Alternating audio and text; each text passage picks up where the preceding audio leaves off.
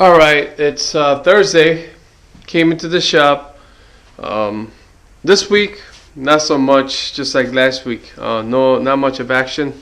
I came back to PA on Monday after dropping off my parents at JFK. Took some time with them during the weekend. And I didn't film anything. And just came into the shop. Got some orders taken care of. And today I have this in the mail. Yeah, it looks messy because I just wanted to check all the components are in there, and I'll make Aaron to assemble these. This is what's called a Shapeoko 3, which is like a CNC machine, like home, pretty reasonable price, but we could pretty much cut some stuff, like milling and CNC stuff here and there. So I could just kind of have some nice finish. I could engrave and make some logos out of it, possibly make some stuff for us to send out to mass produce some stuff. So I ended up getting these. Pretty cool, and I'm pretty excited to see what we could do with this. A little update on a few things, what's going on with the cars. I really didn't come in here for a bit, for a while, because obviously I was just busy in the office, and this car was missing the proper wastegate spring, so the owner had to order it, and we got this installed on Monday, and obviously I wasn't in the shop, so didn't get to tune it. Tuesday, Wednesday, today's Thursday. I'm gonna probably try to get it tuned starting tomorrow and Saturday. So that is the plan. As far as the blog goes, nothing much really going on, but since it's gonna be pretty short on this week's blog, I wanted to kind of cover a lot of guys asking questions about the turbo kit.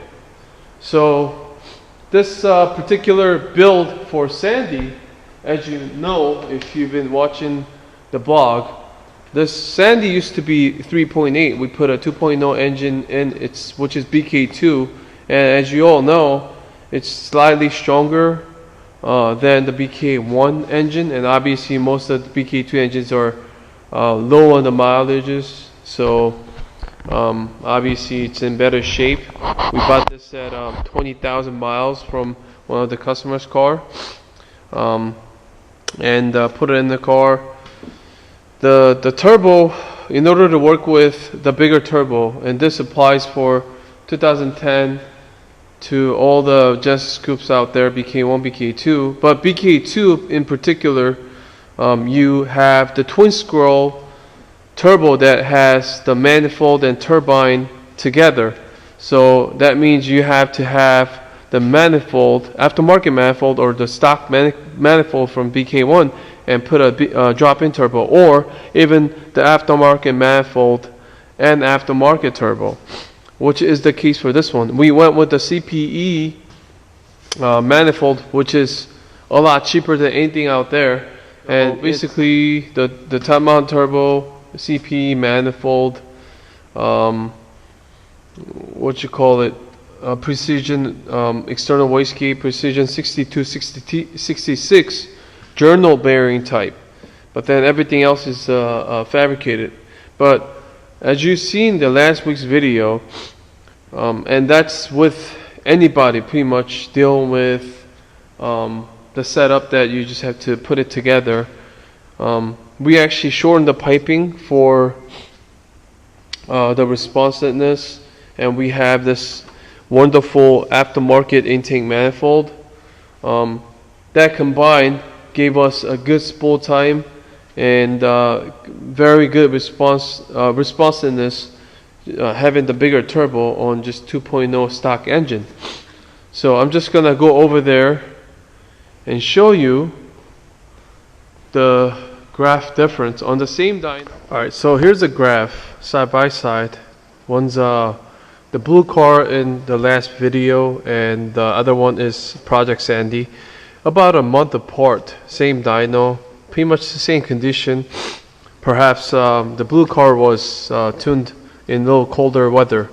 The difference, basically, I could see right now. I mean, the numbers are pretty much similar, but the blue car made more horsepower and more torque. But then what I see, the biggest difference it would be Sandy's only making 16 pounds, whereas this car is pushing about 18 and a half.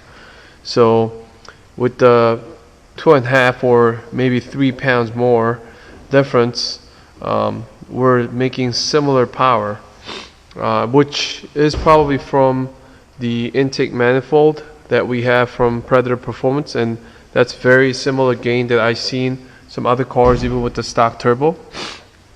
So that was beneficial. And the next thing I noticed here is the spool up time. The Sandy spools up to the full boost about 4100, whereas this car is like at the 4350. So it still spools up faster, being the journal bearing compared to the ball bearing. So I think the shorter piping, how we made it to the Sandy, is basically working to shorten the turbo lag. I'm pretty sure a lot of guys with the GT30 Plus, the Precision 62 sizes, will experience a similar thing with the blue car. And it's not just that car, it's just it is the nature of the bigger turbo. You'll get a flatter torque, low on torque, and high on the horsepower at the top. So that being said, you need to have some efficient the piping and the intake manifold setup, and also since it's going to be making a lot of heat to the turbo, we would highly recommend the oil cooler. I mean, a lot of people tend not to do this. Even I recommend it for those who are tuned with like a motor method on the stock turbo, because that's going to make a lot of heat, and that heat goes back to the oil pan. You know how the return line goes back to the turbo, I mean the oil pan, and basically the oil to feed the turbo is basically shared with the engine. So you don't want any hot oil in the system all times, and hence why we recommend to go with the oil cooler to lower down the oil temperature. The shorter piping, most of the times if you go with the aftermarket turbo, you will have to clock the turbo, or you have to do some major modification to the inlet piping. So if we ever come out with the kit, we're going to actually fabricate for your convenience, and hence why I'm showing you the graph that the shorter piping will work better, because most of the times you see a lot of setups that just have the couplers all around, pipings, and it's not going to be the efficient as much as if you were to have one that's fabricated and shortened.